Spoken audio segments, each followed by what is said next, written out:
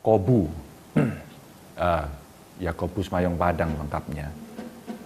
Ini sebenarnya lebih cenderung saya melihatnya orang nekat. Orang yang ketika berjuang itu nggak ada beban.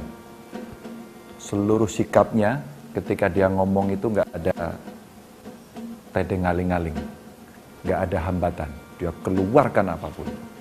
Bahkan ketika dia menggebrak meja pun, itu bagian dari ekspresi kemarahan karena sebuah ketidakadilan. Saya melihat betul seorang Kobu, sahabat saya, yang 5 tahun saya bersama dia ngurusi petani. Dan kalau sudah berjuang membela petani, saya kira dia yang punya temperamen tinggi.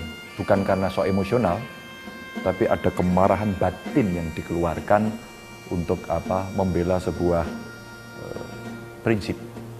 Itu yang saya tahu dari seorang Kobu.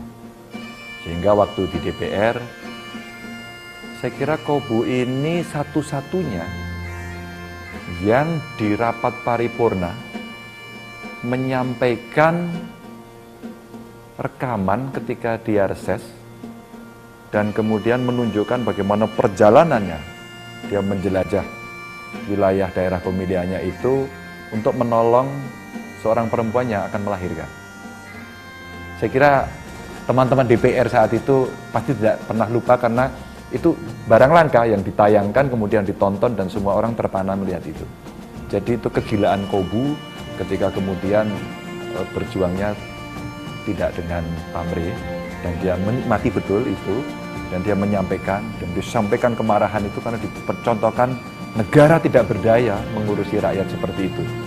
Waktu itu dia cerita sama saya kurang lebih 2 hari waktunya, jalan kaki plus ngojek plus naik perahu, ngojek lagi sampai kepada titik tujuan. Itulah Kobu.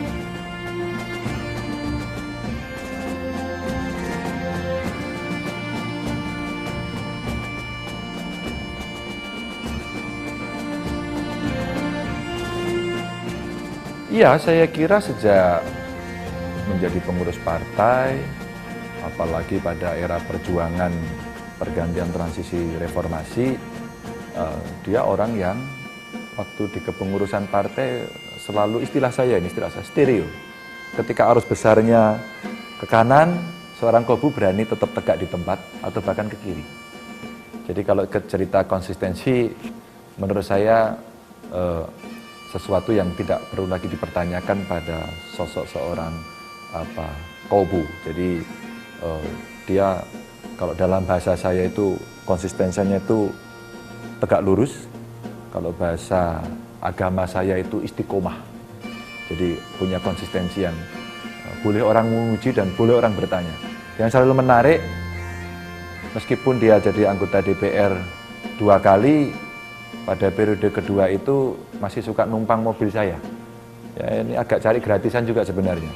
Itu karena dia, ya gayanya seperti itu, easy going, bajunya itu terus gitu, pakai tas hitam.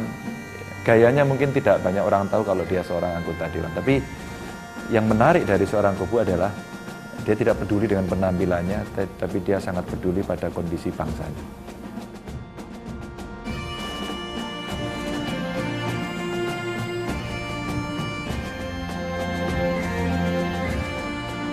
Dan saya tambahin, dia orang langka sebenarnya. Saya bayangkan kalau anggota parlemen bisa punya konsistensi, idealitas seperti dia, Republik ini baiknya besok pagi. Kobu ini nggak mata duitan. Mungkin kalau dia dapat duit banyak malah stroke kali mungkin. Ini orang yang ya begitu saja. Saya itu sampai memperhatikan dia, sepatunya jelek, kucel gitu, bajunya yang dipakai itu saja. Itu menunjukkan orang yang sebenarnya urusan dunianya selesai. Maka ketika dia bicara pembelaan itu relatif sudah tanpa hambatan dan majunya kencang. Maka sudah orang baik, terbaik menurut saya, dan langka lagi. Maka kalau orang-orang begini tidak masuk di Dewan, di Senayan, saya nggak ngerti yang masuk itu jenis apa gitu.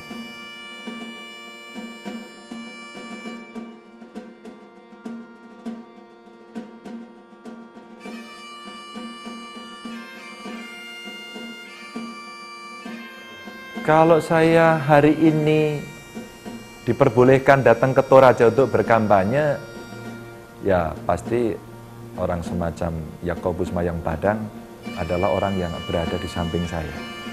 Kenapa? Karena seorang yang meyakini betul, ini adalah sosok yang kalau ada tanda tangan metre, saya akan tanda tangan untuk menjamin dia. Kalau ada cap jempol darah aja, saya akan cap jempol darah untuk dia. Tapi Kobu bukan tipe yang minta disanjung-sanjung, tapi saya yang orang bisa menggaransi seorang Kobu untuk bisa mewakili Toraja, mewakili Sulawesi Selatan. Saya yang akan menggaransi itu. Kalau orang Toraja nantinya melihat seorang Kobu ini enggak ini, kontak ke saya, tak jewer. Saya yang akan jewer. Tapi kalau hari ini Anda meyakini seperti apa yang saya yakini, Ganjar Pranowo, sahabatnya Kobu yang hari ini menjadi Gubernur Jawa Tengah, saya akan menggaransi rugi kalau Anda kemudian tidak akan memilih seorang Yakobus Mayang Padang.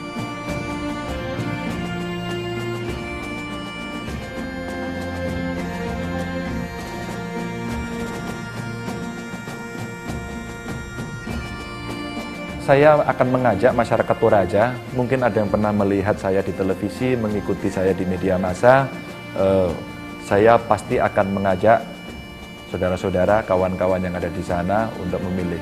Mungkin yang orang Jawa juga, yang Jawa Tengah, monggo sedanten dukung Mas Yakobus Mayang Padang.